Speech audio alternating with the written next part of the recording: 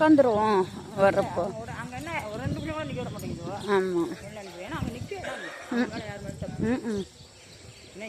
நல்லா நிற்கிற இடத்துலையே இருக்க விட மாட்டேங்கிறாங்க. இன்னும் இந்த இடத்துல சொல்லுவேன்னா ஓம் சிவாய நம ஓம் சிவாய. ஆ அதான்.